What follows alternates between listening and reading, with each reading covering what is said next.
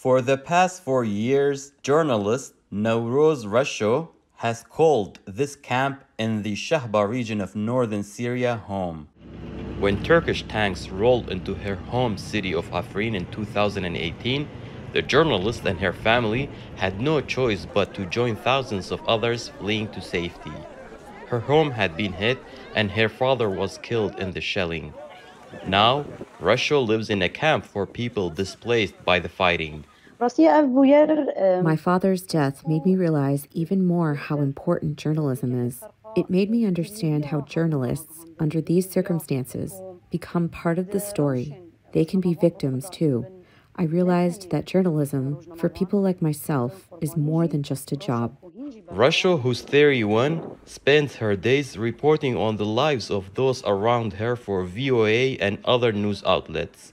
With a shared experience, her new neighbors open up to her.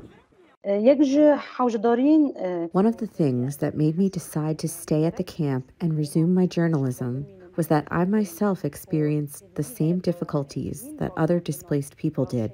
I saw that there were still many stories that needed to be told and shared with the world. The more she reports, the more Russia sees the impact her work has on the lives of others.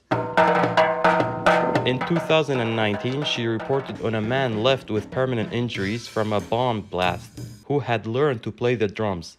When others heard his story, they encouraged him to perform in the camp. But reporting as a displaced person is not without challenges. Journalists, like Russia, often lack space and adequate equipment.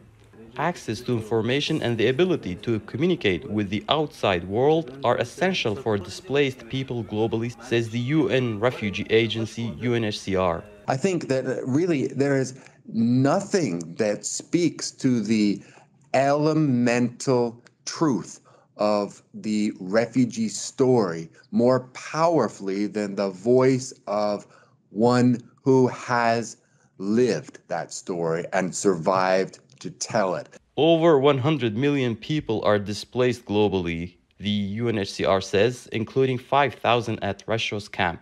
Boyan says the UNHCR and its partners provide help and protection to those people and give them the opportunity to tell their own stories. For Russia, being that voice for others displaced by conflict is what gives her the determination to keep going.